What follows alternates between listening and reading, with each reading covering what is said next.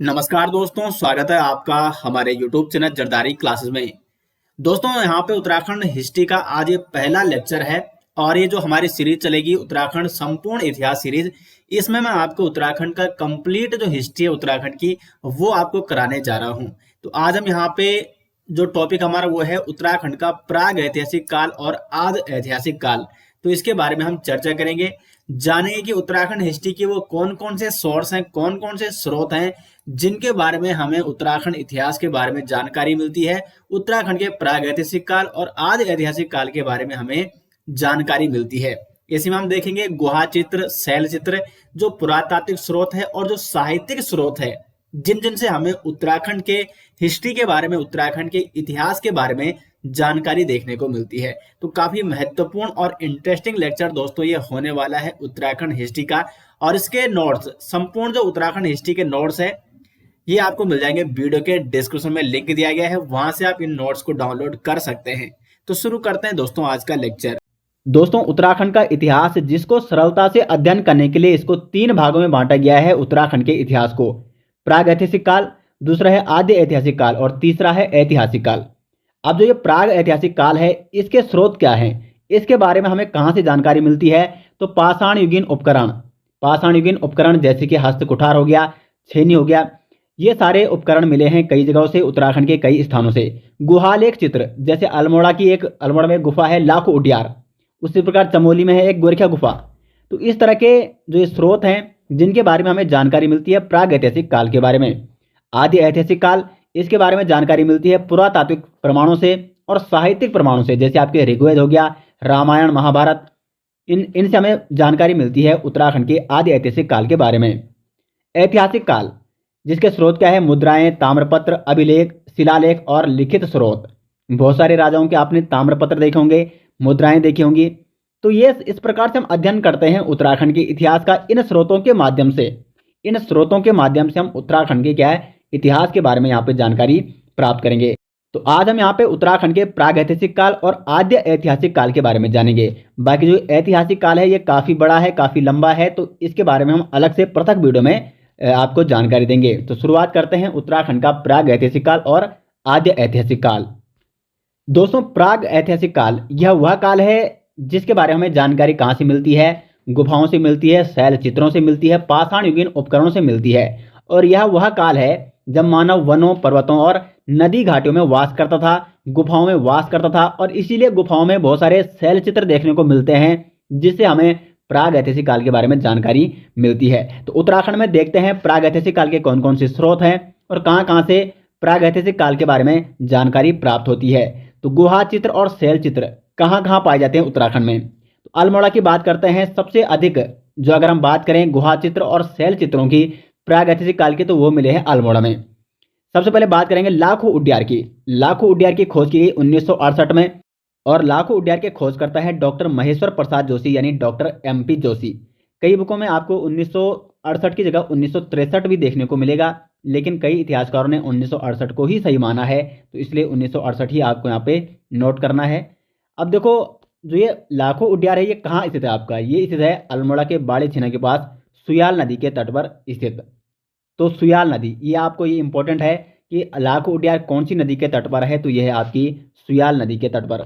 यहाँ पे आप देख सकते हो ये लाखो उडियार के जो गुहा चित्र हैं, उस गुफा में इस प्रकार के चित्र वहाँ पे देखने को मिलते हैं। ये आपको नृत्य करते हुए इस प्रकार के यहाँ पे चित्र देखने को मिल रहे होंगे। तो यहाँ पे मानव तथा पशुओं के शैल चित्र प्राप्त हुए हमें लाखो उडियार में। एक और इम्पोर्टेंट पॉइंट आपको लाखो उडियार के बारे में ध्यान देनी है। कहा जाता है कि जो लाखो उडियार में शैल चित्र प्राप्त हुए हैं वो भीमबेटका शैल चित्रों के समान समरूपता उनमें देखने को मिलती है। अब जो दूसरा स्रोत क्या है, दूसरे जो अन्य जगहों से प्राप्त हुए हैं शैलाश्रय या शैल चित्र, तो फड़कानोली से 3 शैलाश्रय प्राप्त हुए हैं जिनकी खोज 1985 में किसने की? यशोधर मठवाल ने। यशोधर मठवाल ने 1985 में फड़कानोली में 3 शैलाश्रय खोजे थे। उसके बाद पेटसाल, ये भी आपका अल्मोड़ा है, फड़कानोली भी अल्मोड़ा है, पेटसाल भी अल्मोड़ा है। यहाँ से भी 2 शैलाश्रय की खोज की थी। कब की थी? 1989 में। और ये खोज भी किसने की थी? यशोधर मठपाल ने। 1989 में पेटसाल से 2 शैलाश्रय इन्होंने खोजे थे। लोथाप में भी 3 शैलाश्रय प्राप्त हुए। ये भी आपका कहाँ स्थित है? ये भी आपका अल्मोड़ा। और यहाँ पे जो ये शैलाश्रय थे, ये थे लाल रंग के निर्मित चित्र इसमें थे। शैलाश्रय मतलब शिला और शिलाओं में बने चित्र, तो लाल रंग के चित्र कौन सी शैलाश्रय में प्राप्त हुए? लोयथाप में जो 3 शैलाश्रय प्राप्त हुए, इनमें लाल रंग के निर्मित चित्र थे। उसके बाद फल सीमा, ये अल्मोड़ा के फल सीमा से योग मुद्रा और नृत्य मुद्रा आकृति वाली मानव आकृतियां प्राप्त हुई है। ये एग्जाम में पूछा जा चुका है कि योग मुद्रा व नृत्य मुद्रा आकृति वाली मानव आकृतियां कहाँ से प्राप्त हुई? फल सीमा जो कि अल्मोड़ा में स्थित है। तो अगर जनपद आता है तो आपको अल्मोड़ा करना है, और अगर स्थान दिया जाता है तो आपको क्या करना है? फल सीमा करना है। एक और यहाँ पे मंदिर है अल्मोड़ा का, कसार देवी मंदिर, काफी इंपॉर्टेंट मंदिर है। और कसार देवी मंदिर जो कि अल्मोड़ा से लगभग 8 किलोमीटर दूर है, कश्यप पहाड़ी पर स्थित। कश्यप पहाड़ी के बारे में अभी आपको आगे बताएंगे कि किस प्रकार से कुमाऊं का नाम कोरमांचल पड़ा, कश्यप पहाड़ी का क्या इतिहास है। तो कसार देवी मंदिर जो कि कश्यप पहाड़ी पर स्थित है, और इस मंदिर से 14 नर्तकों का सुंदर चित्रण प्राप्त हुआ है। यानी वहां पे 14 नर्तक दिखाए गए हैं कसार देवी मंदिर में। 14 नर्तकों को क्या मिला है? सुंदर चित्रण यहाँ पे प्राप्त हुआ है। तो ये सारे जो स्रोत हमें प्राप्त हुए हैं प्रागैतिहासिक काल के, ये कहाँ से प्राप्त हुए हैं? अल्मोड़ा से। लाखू उड्यार हो गया, फड़कानोली हो गया, पेटशाला हो गया, लोयथाप और फलसीमा और कसार देवी मंदिर। कई बार ये सीधे स्थान पूछे जाते हैं कि बताइए कि वो प्रागैतिहासिक काल का जो स्थान है वो कौन से जनपद में है। तो ये सारे स्थान आपको नोट करने हैं। आगे बढ़ते हैं, जो हमारा दूसरा जनपद है चमोली। यहाँ से भी कुछ स्रोत हमें प्राप्त मिलते हैं, कुछ सोर्स मिलते हैं प्रागैतिहासिक काल के बारे में। जैसे यहाँ पे हो गया गोरखिया उड्यार। गोरखिया उड्यार की खोज की राकेश भट्ट ने, और ये कहाँ स्थित है? अलकनंदा नदी घाटी के डुगरी गांव चमोली में। देखो कई स्टूडेंट सवाल करते थे कि सर अलकनंदा नदी घाटी तो वहाँ पे है ही नहीं। देखो अलकनंदा नदी घाटी का मतलब क्या है यहाँ पे, कि अलकनंदा की जितनी भी सहायक नदियाँ हैं वो सब किस में आती है? अलकनंदा नदी घाटी में आती हैं। तो इसलिए मैंने कोष्टक में यहाँ पे भी लिख दिया है, ये पिंडर नदी के आसपास है गोरखिया गुफा। और पिंडर नदी किसकी सहायक नदी है? अलकनंदा की सहायक नदी है। तो इसलिए ऑप्शन में कई कबार ये भी आ सकता है कि अलकनंदा नदी घाटी। तो ये जो आपकी गोरखिया गुफा स्थित है, ये है आपकी अलकनंदा नदी घाटी, यानी पिंडर नदी के आसपास स्थित है, डुगरी गांव चमोली में। अब देखो गोरखिया उड्यार में किस प्रकार के चित्र मिले, तो यहाँ पे मिले गुलाबी और लाल रंग के, गुलाबी और लाल रंग के यहाँ पे चित्र मिले गोरखिया गुफा में। साथ ही साथ डॉक्टर यशोधर मठवाल के अनुसार यहाँ पे 41 आकृतियां प्राप्त हुई। 41 आकृतियां, जिसमें थी 30 मानव आकृतियां। 30 आकृतियां यहाँ पे किसकी थी? मानवों की थी। 8 आकृति यहाँ पे थी पशुओं की, और 3 यहाँ पे पुरुषों की रही होंगी ये मानव आकृतियां। तो 30, 8, 38 और 3 कितना हो रहा है? टोटल 41 आकृतियां। डॉक्टर यशोधर मठवाल के अनुसार गोरखिया गुफा में कितनी आकृतियां प्राप्त हुई, कितने चित्र प्राप्त हुए? 41 आकृतियां, 41 चित्र वहां पे प्राप्त हुए, जिनका कलर कैसा था, जिनका रंग कैसा था? गुलाबी और लाल रंग। तो गोरखिया गुफा या गोरखिया उड्यार कौन सी नदी के तट पर है? तो वो है आपकी पिंडर नदी के तट पर, अलकनंदा नदी घाटी में ये स्थित है। दूसरा जो यहाँ पे स्रोत मिलता है हमें वो है किमनी गांव में। किमनी गांव में यहाँ पे एक शैल चित्र मिलता है, एक शैलाश्रय मिलता है, जिसमें सफेद रंग के चित्रित हथियार और पशुओं के शैल चित्र प्राप्त होते हैं किमनी गांव से। तो किमनी गांव भी एक मुख्य स्रोत है प्रागैतिहासिक काल का। आगे बढ़ते हैं उत्तरकाशी। उत्तरकाशी में हुडली नामक स्थान है, यहाँ पे नीले रंग के शैल चित्र प्राप्त हुए हैं। ये क्वेश्चन भी एग्जाम में बन चुका है कि नीले रंग के शैल चित्र कहाँ से प्राप्त हुए? तो वो प्राप्त हुए यहाँ पे हुडली से, जो कि उत्तरकाशी में स्थित है। और ये कौन सी नदी घाटी में स्थित है? तो यमुना नदी घाटी में। ये भी आपको नोट करना है, क्योंकि आयोग किसी भी प्रकार के आपसे क्वेश्चन पूछ सकता है, और हमारा उद्देश्य है कि किस प्रकार से भी आपसे क्वेश्चन पूछा जाए, आपका एक भी सवाल नहीं छूटना चाहिए। इसलिए काफ़ी डिटेल्स में आपको यहाँ पे समझाने का प्रयास किया जाएगा। तो प्रागैतिहासिक काल का इतना ही विवरण यहाँ पे मिलता है उत्तराखंड में। और कहाँ कहाँ से सोर्स मिले? चमोली से, अल्मोड़ा से और उत्तरकाशी से। अब बात करेंगे आद्य ऐतिहासिक काल के बारे में। दोस्तों जो आद्य ऐतिहासिक काल है, जैसे हमने अभी आपको बताया प्राग ऐतिहासिक काल के बारे में, उस समय का जो मानव था वो वनों, पर्वतों, नदी घाटियों में वास करता था। अब यहाँ पे धीरे धीरे मानव विकसित होता जा रहा था, और यहाँ पे धीरे धीरे विकास होता है ताम्र संस्कृति का। और यहाँ पे हमें जो इसके स्रोत मिलते हैं आदि ऐतिहासिक काल के, कहाँ से हमें जानकारी मिलती है? पुरातात्विक स्रोतों से, ताम्र उपकरणों से। साथ ही साथ धीरे धीरे फिर यहाँ पे और विकसित होता गया है मानव, जिसकी जानकारी हमें कहाँ से प्राप्त होती है? साहित्यिक स्रोतों से। तो इतिहास में आपको इसके बारे में काफ़ी डिटेल्स में कभी बताया जाएगा जब हम इंडियन हिस्ट्री के क्लास पढ़ेंगे। लेकिन अभी उत्तराखंड की दृष्टि से हम यहाँ पे देख रहे हैं कि आदि ऐतिहासिक काल का महत्व क्या है उत्तराखंड के इतिहास में। देखते हैं उत्तराखंड के आदि ऐतिहासिक काल के बारे में हमें जानकारी कौन कौन से स्रोतों से मिलती है। तो पुरातात्विक स्रोत हैं जैसे कप मार्क्स हो गया और ताम्र उपकरण, ये क्या है आपके पुरातात्विक स्रोत हैं। कप मार्क्स यानी इसको हिंदी में कहते हैं ऊखल सदृश गड्ढे, यानी ऊखल के समान गड्ढे। आपने धान तो कूटा होगा पहाड़ों में, जब आपने बचपन में अगर आप पहाड़ों में रहे होंगे तो आपने जरूर कभी ना कभी धान जरूर कूटा होगा। और वो जो धान कूटा जाता है इन गड्ढों में, इस प्रकार के गड्ढों में कूटा जाता है, जिन्हें हम क्या कहते हैं, ऊखल कहते हैं, और हमारी गढ़वाली भाषा में हमारी साइड उसको उखलियारू भी कहते हैं। तो ये जो गड्ढे हैं, इस प्रकार के कप मार्क्स हमें देखने को मिलते हैं, जो कि एक स्रोत हैं, किस चीज़ का स्रोत है, आदि ऐतिहासिक काल का। और सबसे पहले इन कप मार्क्स यानी इन ऊखल सदृश गड्ढों का इनकी खोज किसने की, हेनवुड ने सर्वप्रथम 1856 में चंपावत जिले के देवीधुरा में कप मार्क्स यानी ये ऊखल के समान गड्ढों की खोज की थी। हेनवुड, इनको कहा जाता है उत्तराखंड के पुरातात्विक स्रोतों की खोज का श्रेय इनको दिया जाता है। हेनवुड, ये काफ़ी इंपॉर्टेंट है। तो उत्तराखंड के पुरातात्विक स्रोत की खोज का श्रेय किसको जाता है, हेनवुड को जाता है, क्योंकि हेनवुड ने 1856 में चंपावत जिले के देवीधुरा में कप मार्क्स यानी ये ऊखल के समान एक गड्ढे खोजे थे। एक और खोज करता हुए रिवेट कारनक, इन्होंने भी लगभग द्वारहाट के चंद्रेश्वर मंदिर के आसपास लगभग 200 ऐसे ही कप मार्क्स खोजे थे। तो जो ये कप मार्क्स हैं ये भी एक प्रमुख पुरातात्विक स्रोत हैं जो कि उत्तराखंड से प्राप्त हुए हैं। उसके बाद आता है यहाँ पे ताम्र उपकरण, ये काफ़ी इंपॉर्टेंट है ताम्र उपकरण, क्योंकि जब यहाँ पे ताम्र संस्कृति का विकास हुआ तो कुल मिला के ये देखने को मिलता है कि उस समय का मानव उत्तराखंड में वास करता था, और यहाँ भी बहुत सारे स्थलों से ताम्र उपकरण यहाँ पे प्राप्त हुए हैं। अगर हम बात करें हरिद्वार की, तो हरिद्वार के निकट है बहादुराबाद, और यहाँ से ताम्र निर्मित भाला हो गया, चूड़ियाँ हो गई, और बहुत सारे ऐसे उपकरण प्राप्त हुए हैं जिससे यहाँ पे पता चलता है कि यहाँ पे भी ताम्र संस्कृति देखने को मिली है। साथ ही साथ 1986 में अल्मोड़ा से एक ताम्र उपकरण प्राप्त हुआ, और 1989 में पिथौरागढ़ के बनकोट से प्राप्त हुए थे 8 ताम्र उपकरण। और इन ताम्र उपकरणों को डॉक्टर महेश्वर प्रसाद जोशी ने कहा था कि ये क्या है, मूर्ति है, ये मूर्ति के समान है। लेकिन डीपी शर्मा ने इन्हीं ताम्र उपकरणों को क्या बताया था कि ये स्कंदित कुठार है, यानी हैंड एक्स, यानी जो हाथ की कुल्हाड़ी, कुठार का मतलब होता है कुल्हाड़ी।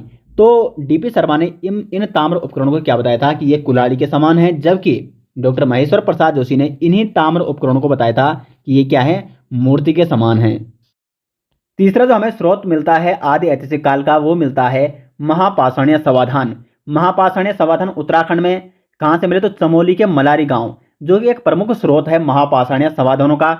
यहाँ पे प्राग ऐतिहासिक काल के महापाषाणीय समाधान देखने को मिलते हैं। सर्वप्रथम शिव प्रसाद डबराल, इन्होंने 1956 में चमोली के मलारी गांव में महापाषाणीय समाधान की खोज की थी। अब आपको ये समझ में नहीं आ रहा होगा कि आखिर ये समाधान होते क्या है। शवों को रखने का स्थान कहलाता है समाधान। तो उस समय के मानव का शवों को रखने का स्थान कैसा था, किस प्रकार से वो अंतिम दाह संस्कार करते थे, तो इस मतलब कुल मिला के इस तरह के स्रोत, इसके सोर्स हमें कहाँ से मिले हैं, मलारी गांव से। तो शिव प्रसाद डबराल ने 1956 में इसकी खोज की थी, मलारी गांव में महापाषाणीय समाधान उन्होंने वहाँ पे खोजे थे। साथ ही साथ राहुल संकृत्यान ने भी हिमाचल प्रदेश के किन्नौर में इसी तरह के महापाषाणीय समाधानों की खोज की थी। अब देखो, जो ये मलारी गांव में खोजे गए थे महापाषाणीय समाधान, यहाँ पे क्या क्या देखने को मिला, क्या क्या हमें यहाँ पे प्राप्त हुआ था। यहाँ पे प्राप्त हुआ था मानव कंकाल, क्योंकि ये कहते हैं समाधान यानी शवों को रखने का स्थान, तो मानव कंकाल प्राप्त होना वहाँ पे लाजमी था। उसके बाद यहाँ पे भेड़, घोड़े, इनके भी कंकाल यहाँ पे देखने को मिले थे, और मिट्टी के बर्तन। तो इससे ये पुष्टि होती है कि जो उस समय का मानव था वो कहीं ना कहीं पशुपालन में विश्वास करता था, पशुपालन करता था, इसलिए वहाँ पे भेड़ और घोड़ों के क्या मिले, हमें कंकाल वहाँ पे प्राप्त होते हैं। मिट्टी के बर्तन यहाँ पे प्राप्त हुए हैं इन समाधानों में, जिससे साबित होता है कि उस समय का मानव मिट्टी के बर्तनों का प्रयोग करता था। तो मलारी गांव जो कि एक प्रमुख स्रोत है महापाषाणीय समाधानों का। उसके बाद इसी मलारी गांव में, ये मलारी गांव का है, चमोली में स्थित है, इसी मलारी गांव में गढ़वाल विश्वविद्यालय के खोजकर्ताओं ने यहाँ पे एक सर्वेक्षण किया था। तो जो उनका प्रथम सर्वेक्षण था 1983 में, इन्होंने अपना प्रथम सर्वेक्षण किया था, और यहाँ पे इन्होंने किसी की खोज की थी।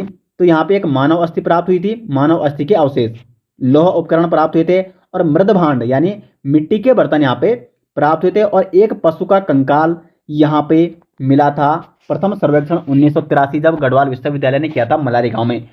और जो ये पशु का कंकाल यहाँ पे प्राप्त हुआ था, ऐसा माना जाता है, ऐसे इतिहासकारों का मत है कि ये था हिमालयी वृषभ का एक प्रकार का, क्या होता है, हिमालयी जानवर होता है, तो उसका ही कंकाल यहाँ पे प्राप्त होता है।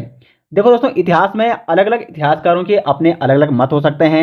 तो उत्तराखंड के एग्जाम की दृष्टि से जो इम्पोर्टेंट है उसको हम यहाँ पे डिस्कस करेंगे। उसके बाद जो दूसरा सर्वेक्षण किया था गढ़वाल विश्वविद्यालय ने मलारी गांव में 2001 और 2002 में, यहाँ पे एक तो नरकंकाल के साथ यहाँ पे नरकंकाल प्राप्त हुआ था, साथ ही साथ वहाँ में 5.2 kg का स्वर्ण मुखौटा प्राप्त हुआ था, और कांस्य का कटोरा और मृदभांड, ये सारी चीजें कहाँ पे प्राप्त हुई थी? जब द्वितीय सर्वेक्षण किया था 2001 और 2 में मलारी गांव में गढ़वाल विश्वविद्यालय के खोजकर्ताओं ने। ये इंपॉर्टेंट है, कई बार एग्जाम में पूछा गया है कि नरकंकाल के साथ 5.2 kg का स्वर्ण मुखौटा कहाँ से प्राप्त हुआ था? मलारी गांव से। जो आप आदि ऐतिहासिक काल और ऐतिहासिक काल जो ये टॉपिक हम पढ़ रहे हैं, यहाँ से इसी प्रकार से क्वेश्चन बनते हैं। जैसे क्वेश्चन बन सकता है कि यहाँ पे जैसे मैंने आपको बताया कि 5.2 kg का स्वर्ण मुखौटा कहाँ से प्राप्त हुआ, या क्वेश्चन बन सकता है कि हेनवुड ने कब कपमार्क की खोज की और कहाँ की? तो चंपावत जिले के देवीधुरा में। इतिहास आपको इस प्रकार से पढ़ना होगा जिस प्रकार से एग्जाम में क्वेश्चन बनते हैं। फड़कानोली कहाँ है या पेटसार कहाँ है, कहाँ कहाँ से कौन कौन से शैलाश्रय, किस कलर के शैलाश्रय वहां से प्राप्त हुए, इस प्रकार के आदि ऐतिहासिक काल और ऐतिहासिक काल से प्रश्न पूछे जाते हैं। अब जो दूसरा स्रोत है हमारा उत्तराखंड के आदि ऐतिहासिक काल का, वो है यहाँ पे साहित्यिक स्रोत। देखो, अब यहाँ पे मानव काफी विकसित हो चुका है, और अब तो खैर यहाँ पे हमें लिखित उल्लेख मिलने लग गया है इतिहास का। अभी तक कहीं हमें गुफा चित्र प्राप्त होते थे, कहीं शैल चित्र प्राप्त होते थे, उनका मतलब वो समझ ही नहीं आते थे। अब यहाँ पे जो साहित्यिक स्रोत है जो उत्तराखंड के बारे में जानकारी देते हैं, उत्तराखंड का इतिहास कैसा रहोगा, इसके बारे में साहित्यिक स्रोतों में देखने को क्या क्या मिलता है, इसके बारे में जानते हैं। सबसे पहले जानते हैं कि वेद में उत्तराखंड के लिए क्या कहा गया है। तो वेद है यहाँ पे 4, ऋग्वेद, यजुर्वेद, सामवेद और अथर्ववेद। सबसे पुराना वेद कौन है? वो है आपका ऋग्वेद। और सबसे नवीनतम वेद कौन सा है? तो वो है आपका अथर्ववेद। उत्तराखंड का उल्लेख किस वेद में मिलता है सर्वप्रथम? तो वो मिलता है ऋग्वेद में। उत्तराखंड का सर्वप्रथम उल्लेख मिलता है आपका ऋग्वेद में। और ऋग्वेद में उत्तराखंड के लिए क्या कहा गया है? उत्तराखंड को कहा गया है देवभूमि व मनीषियों की भूमि। तो देवभूमि का प्रयोग किसमें है? तो वह है आपका ऋग्वेद में। इस प्रकार के क्वेश्चन पूछे जाते हैं। साथ ही साथ मनीषियों की भूमि, इसका उल्लेख भी किसमें है? ऋग्वेद में कहा गया है उत्तराखंड के लिए। उसके बाद ब्राह्मण ग्रंथ में क्या क्या कहा गया है उत्तराखंड के लिए? तो ब्राह्मण ग्रंथ, प्रत्येक वेद का क्या होता है? अपना एक ब्राह्मण ग्रंथ होता है। इन्हीं ब्राह्मण ग्रंथों के आधार पर यज्ञों तथा कर्म कांडों के विधान और उनकी क्रियाओं को समझने के लिए आवश्यक होते हैं ब्राह्मण ग्रंथ। इसीलिए प्रत्येक जो आपका क्या है वेद है उसका अपना एक ब्राह्मण ग्रंथ है। तो जो ऐतरेय ब्राह्मण ग्रंथ है, ये किस वेद का ब्राह्मण ग्रंथ है? ये ऋग्वेद का ब्राह्मण ग्रंथ है। और ऐतरेय ब्राह्मण ग्रंथ में उत्तराखंड के लिए उत्तर कुरु शब्द का प्रयोग किया गया है। कुरु साम्राज्य के बारे में, महाभारत का जो कुरु साम्राज्य था, जो कौरव थे और पांडव थे, वो क्या है? कुरु साम्राज्य से थे।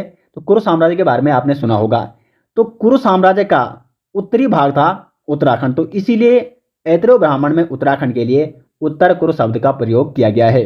उत्तर कुरु शब्द का प्रयोग किसमें किया गया है? तो ऐतरेय ब्राह्मण में। साथ ही साथ कौशिक की ब्राह्मण ग्रंथ, इसमें वाक देवी का निवास स्थान बद्री आश्रम है, इस चीज का उल्लेख मिलता है। वाक देवी, वाक से आपको लगाना है वाणी, और वाणी यानी सरस्वती। तो सरस्वती देवी का निवास स्थान कहाँ है? बद्री आश्रम है, जो कि आज का क्या है? बद्रीनाथ है।